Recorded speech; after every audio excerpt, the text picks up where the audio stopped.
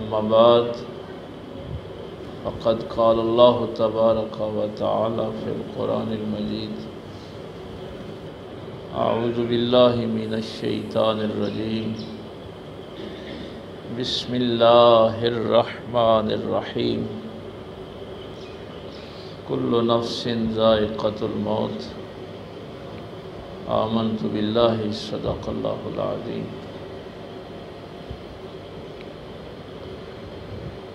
بعد از حمد و صلات نہایت ہی واجب الاحترام صاحبزادہ محمد حسیب صاحب، اس مسجد کے امام و خطیب، حضرت صاحب قبلہ کے خلفاء، معزز سامعین، بزرگوں، دوستوں، عزیز بھائیوں، ماشاءاللہ بڑا ایک خوبصورت ماحول اور کیفیت، خوبصورت نعتیں پڑھی گئیں اور حمد بھی اللہ کی بیان کی گئی۔ آج کا یہ پروگرام ایک تو سالانہ دعا کا سلسلہ بھائی امجد صاحب کے والد محترم کے لیے اور ان کے شیخ کا عرس مبارک، تو اس حوالے سے یہ آج کا جو پروگرام ہے وہ ترتیب دیا گیا۔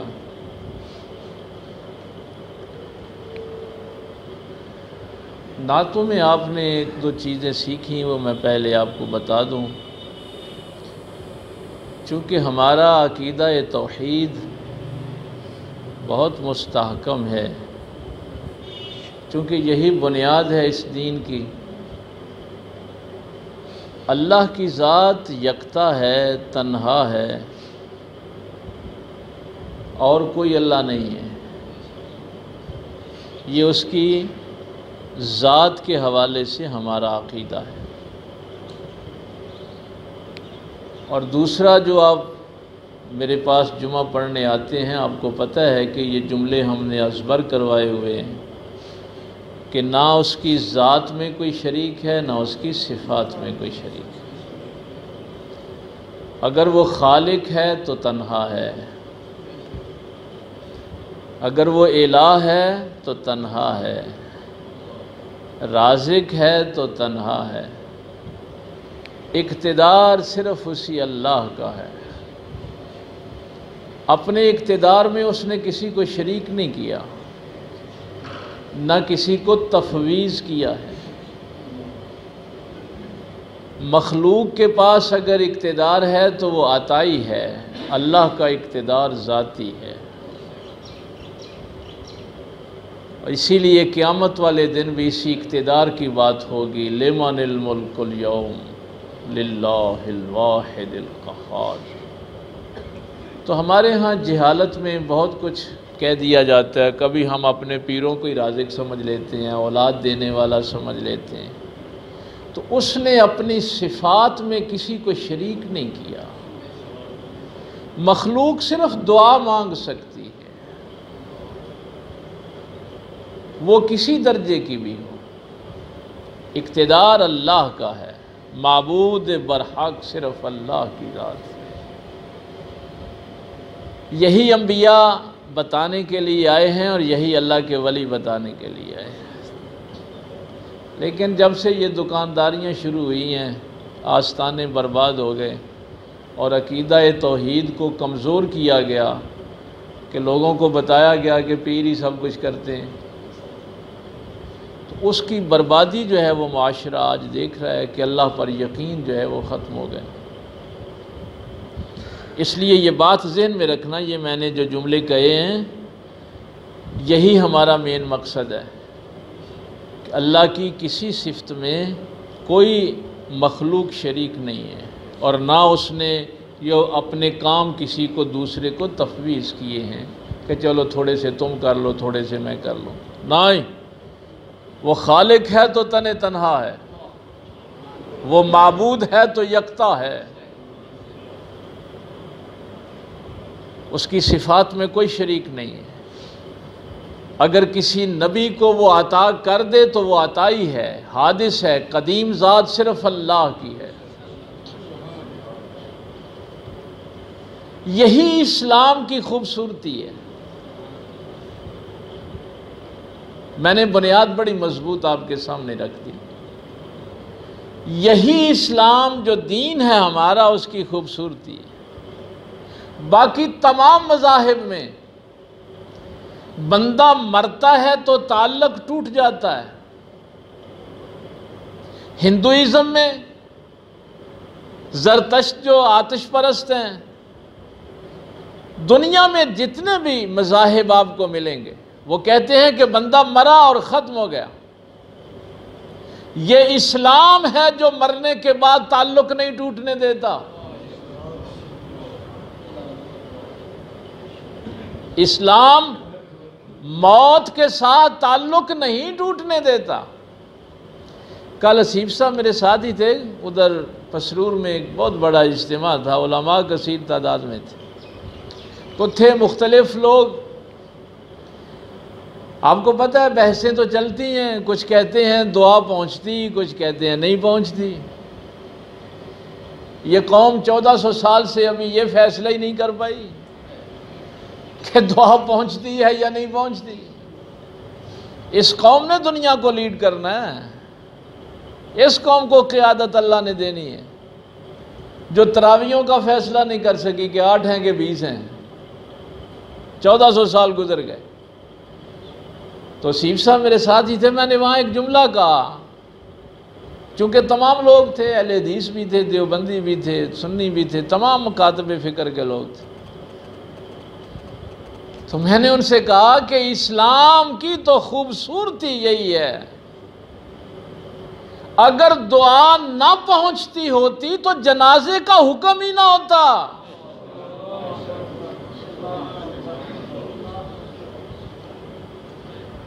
شاید میں بات آپ تک پہنچا نہیں سکا، آپ بولیں گے تو مجھے پتہ چلے گا نا آپ کو سمجھ آئی ہے۔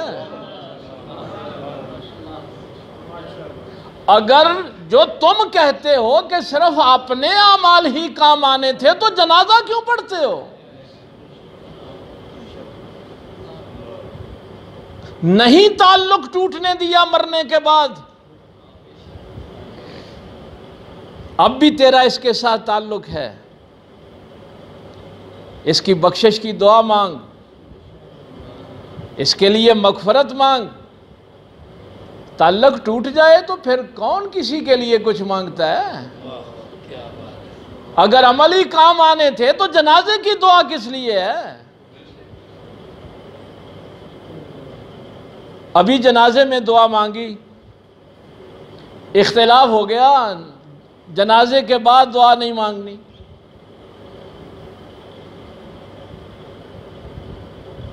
بھائی جنازے میں بھی تو آپ نے دعا ہی مانگی ہے نا، اللہم اغفر لینا و میتنا، دعا ہی مانگی، اب سلام پھیر کے پھر دعا مانگ رہے ہیں، یہ کہتے ہیں نا۔ تو یہ جو ظہر کی نماز پڑھی ہے، سورہ فاتحہ سے لے کے رب جعلنی تک ساری دعا ہے۔ اس نماز کے بعد دعا کیوں مانگتے پھرتے ہو؟ یہ ساری دعا ہے نا۔ چلو کر لو اختلاف، نہ مانگو، لیکن یہاں کسی کا اختلاف نہیں ہے کہ قبر پہ جا کے سب مانگتے ہیں۔ جو اختلاف کرتے ہیں نا قبر پہ دعا کے قائل ہیں۔ ابھی تو جنازہ پڑا تھا، وہاں دعا مانگی تھی، اب قبر پہ کھڑے ہو کے لمبی دعائیں کیوں؟ دعا تو پہنچتی نہیں تھی، کیوں اتنی کاوش کر رہے ہو؟ ہاں اس میں بھی فرق ہے، وہاں جنازہ ابھی ڈیڈ باڈی سامنے تھی، کہیں یہ نہ سمجھنا کہ وہاں تک کی دعا تھی جہاں تک وہ سامنے تھا، نہیں، اگر قبر میں غائب ہو گیا تو تعلق پھر بھی نہیں ٹوٹا۔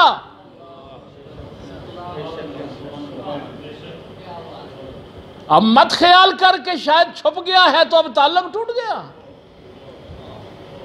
اسلام وہ واحد مذہب ہے جو انسان کو مرنے کے بعد تعلق کو ٹوٹنے نہیں دیتا۔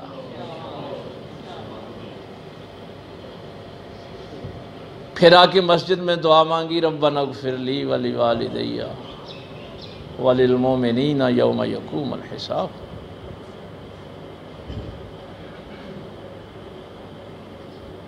یہ دعا کا جو سلسلہ، یہ جو اہتمام امجد صاحب نے کیا ہے، یہ میں صرف وہ بتا رہا ہوں۔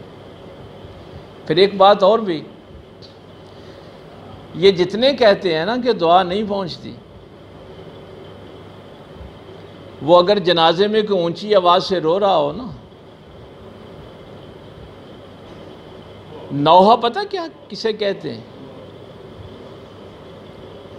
روتے ہوئے اونچی آواز میں کوئی چیز بیان کر دینا، نہ مردے کو تکلیف پہنچے گی،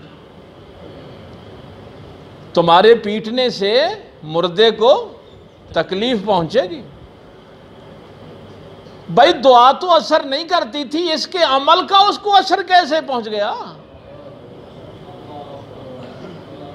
عمل تو اس نے کیا نا پیٹنے والا، اور اس عمل کو مان رہے ہو، منع کر رہے ہو۔ تو مرنے کے بعد آپ کا تعلق ٹوٹتا نہیں ہے، یہ بنیادی بات ہے، اور وہ تعلق قائم رہتا ہے دعا کے ذریعے۔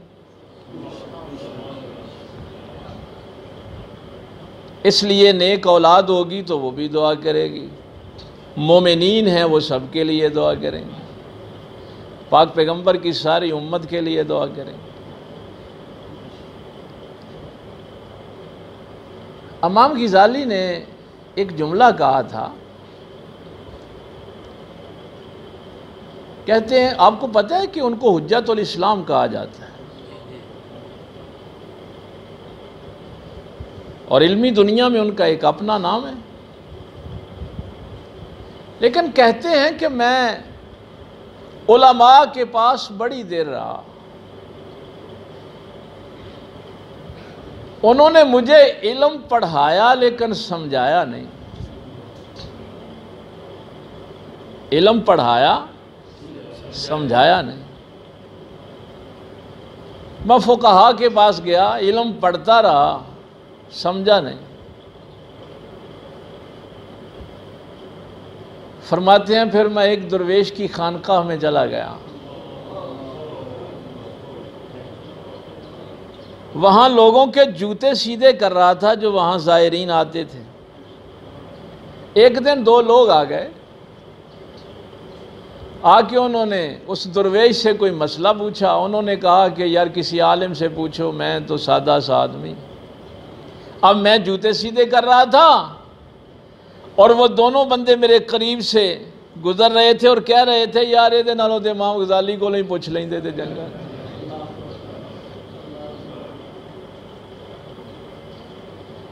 کہنے لگے حق مجھے خانقاہ سے ملا،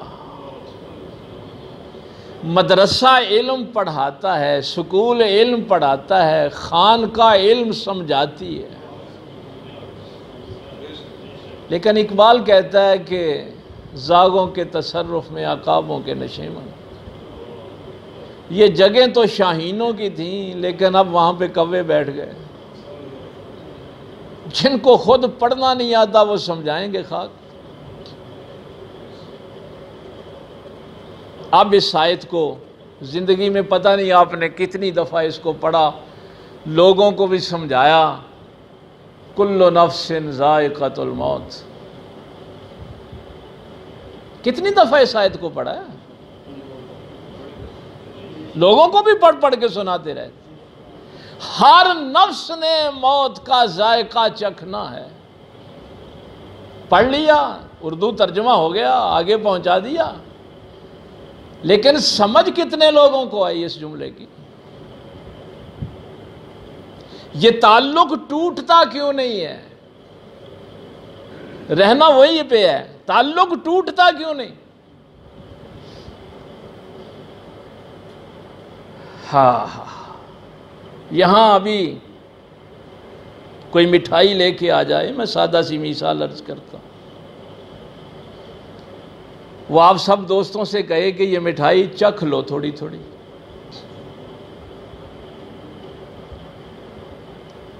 یہاں اگر آپ کی توجہ ادھر ادھر ہوئی تو بات ساری کی آپ کو سمجھ نہیں آنی، اور سمجھ آ گئی تو قرآن سارے کی سمجھ آ جائے گی۔ آپ نے اس مٹھائی کو چکھنا شروع کر دیا، اب جو چیز چکھی گئی ہے وہ ختم ہوئی کہ چکھنے والے ختم ہوئے؟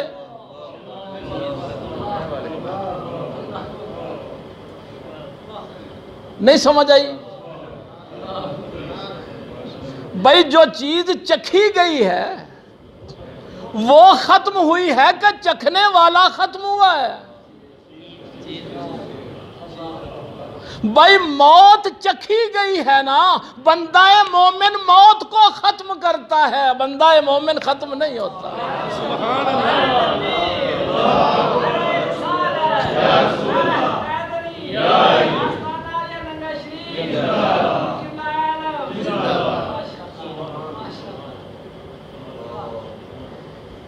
اب آیت تو آپ نے بڑی دفعہ اس کو پڑھا تھا،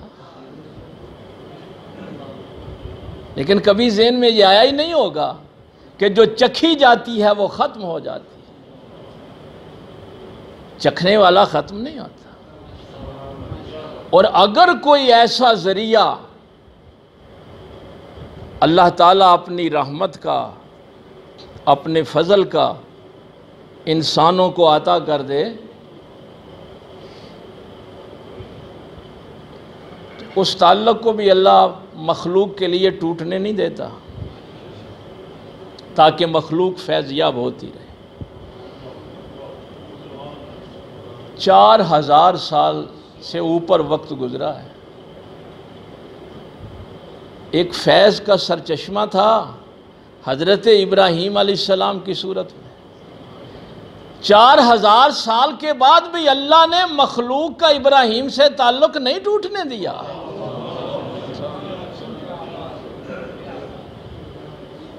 تو اس قربانی کی منزل پہ نہیں پہنچ سکتا، لیکن تعلق تو رکھنا۔ کیا بات! یہ نہ کہنا کہ ان کو تو فلسطین میں دفنا دیا گیا تھا۔ نہیں، اللہ تعلق نہیں ٹوٹنے دیتا۔ اسی لیے ہر نماز میں آپ کو یاد کروایا جاتا ہے، اللہم بارک علی محمد وعلی آل محمد کما بارکت علی ابراہیم وعلی آل ابراہیم انک حمید مجید۔ وہ برکتیں آپ کو ملتی رہتی۔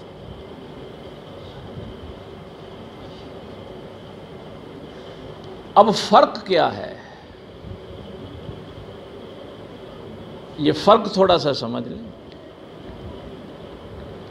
اگر آپ انرجی والی چیز چکھیں گے تو اس نے بھی ختم ہو جانا ہے۔ دودھ کا گلاس ہے، 2-4 بندے اس کو چکھ لیں، دودھ ختم ہو جائے گا، لیکن آپ کے جسم کو انرجی ملے گی۔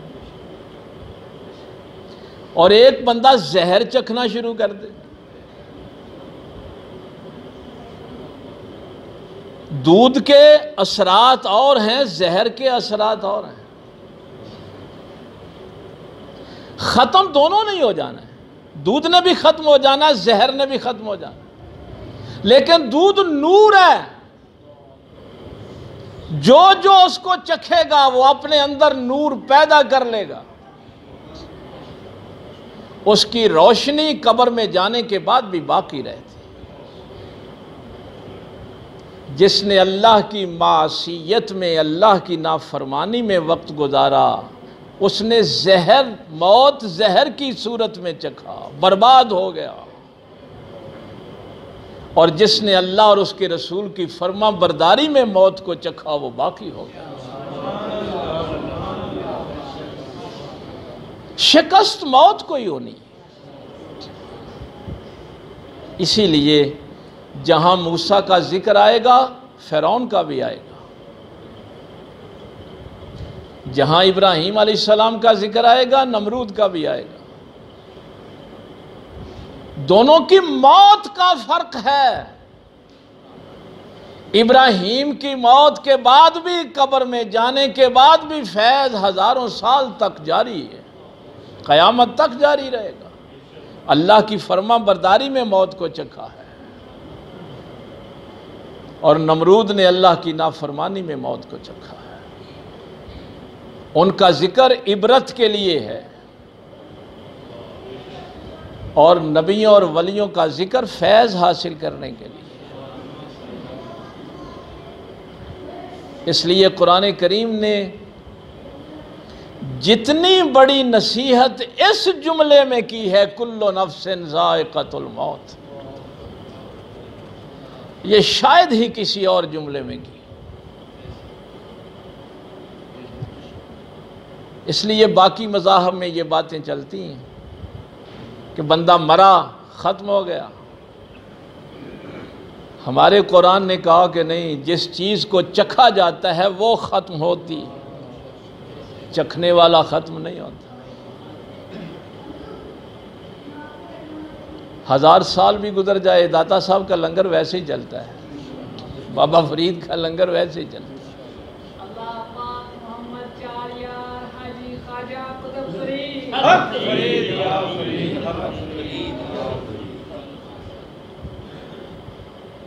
تو بس اتنی سی بات جو ہے اس کو ذہن میں رکھنا ہے کہ ہم موت کو جب چکھیں، شہزادہ علی اکبر علیہ السلام کا کربلا میں وہ جملہ اللہ ہوگا، سرکار امام علی مقام سے ایک سوال کیا تھا، کہا بابا کیا ہم حق پر ہیں؟ امام علی مقام نے فرمایا کہ ہاں بیٹا ہم حق پر ہیں۔ تو عرض کی بابا پھر کیا فرق پڑتا ہے، موت ہم پہ آ پڑے یا ہم موت پہ جا پڑے؟ یہاں تو لوگ موت سے ڈرتے پھرتے ہیں نا۔ قرآن کہتا ہے قُلْ إِنَّ الْمَوْتَ الَّذِي تَفِرُّونَ مِنْهُ فَإِنَّهُ مُلَاقِيكُمْ، اے میرے معبود، سورہ جمعہ، ان لوگوں سے فرماؤ کہ یہ جو موت جس سے تم بڑا فرار اختیار کرتے ہو، اس نے ایک نہ ایک دن تم سے ملاقات کرنی۔ کچھ ایسے ہیں جو موت سے فرار اختیار کرتے ہیں، کیوں؟ زندگی اللہ رسول کی نافرمانی میں گزاری ہوتی، اور جن کی زندگی اللہ رسول کی فرما برداری میں گزرتی ہے وہ موت کو چکھ کے ختم کر دیتے ہیں اور خود ہمیشہ کے لیے باقی ہو جاتے ہیں۔ کیوں؟ جیسے دودھ آپ کے جسم کو خود ختم ہو جاتا ہے لیکن آپ کے جسم کو انرجی دیتا ہے، اسی لیے حق کا نور، جب آپ اس حق کے نور کی خاطر موت کو چکھتے ہیں تو پھر وہ نور آپ کو باقی کر دیتا ہے، کیونکہ آپ کا تعلق اس باقی کے ساتھ ہو گیا۔ فنا موت نے ہونا ہے، چکھنے والے نے نہیں۔ بس ایک ہی شرط ہے کہ چکھنے والا اللہ رسول کی فرما برداری میں زندگی گزار رہا ہو۔ اس لیے جو نشان عبرت بنتے ہیں ان کا ذکر بھی قرآن میں ہے،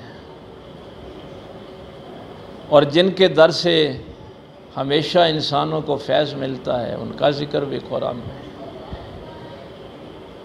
تو جو تعلق توڑ بیٹھتے ہیں، ہمارا تو نہیں ٹوٹتا، ہمارا تو آپ کو پتہ ہے کہ شجرہ شریف کہاں تک پاک پیغمبر صلی اللہ علیہ وسلم تک جاتا ہے، اور ہمیں تو قرآن، یہ دعا بھی قرآن میں ہے نا، وَلِلْمُؤْمِنِينَ يَوْمَ يَقُومُ الْحِسَابُ۔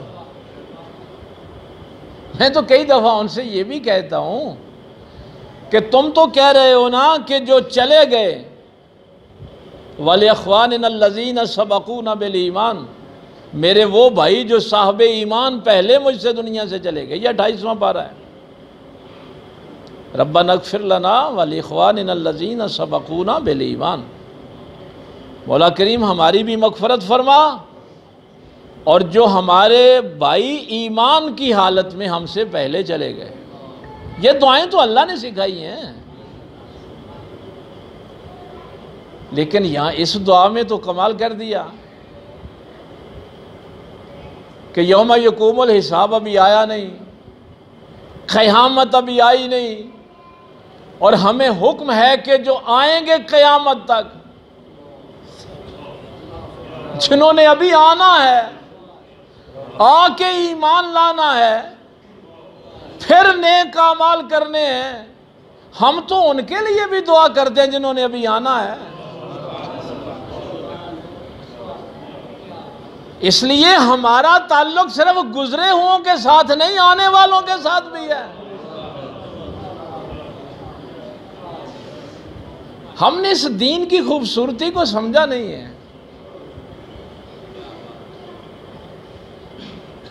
اور یہ سبق ہمیں قرآن کریم میں جب ہم انبیاء کا ذکر پڑھتے ہیں، تو اس دفعہ جمعے پہ بھی میں نے یہ جملہ کہا تھا نا، یا شاید پچھلے جمعے میں، کہ عیسیٰ علیہ السلام نے کیا فرمایا کہ میں تورات کی، موسیٰ کی تصدیق کرتا ہوں اور بعد میں آنے والے کی خوشخبری دیتا ہوں۔ یہی تو نبیوں کا طریقہ تھا، جو گزر گئے ہیں ان کی بھی خیر خواہی، جو آنے والے ہیں ان کی بھی خیر خواہی۔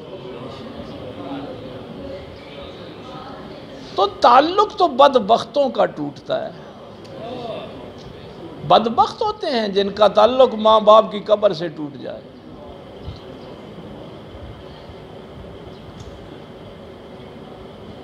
یہ وہ جملہ تھا جو اکثر آپ کتابوں میں پڑھتے ہیں کہ میرے ماں باپ مجھے آسمانوں سے زمین تک لانے کا سبب بنتے ہیں، اور میرا مرشد مجھے پھر زمین سے اللہ تک ملانے کا سبب بنتا ہے۔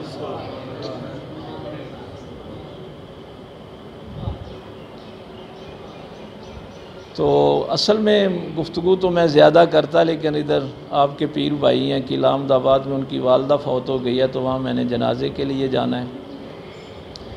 انہی چند جملوں پہ آپ گزارا کریں، اور میں سمجھتا ہوں کہ کافی ہو گیا، اگر اتنی بھی سمجھ آ جائے، اللہ تعالیٰ عمل کی توفیق دے۔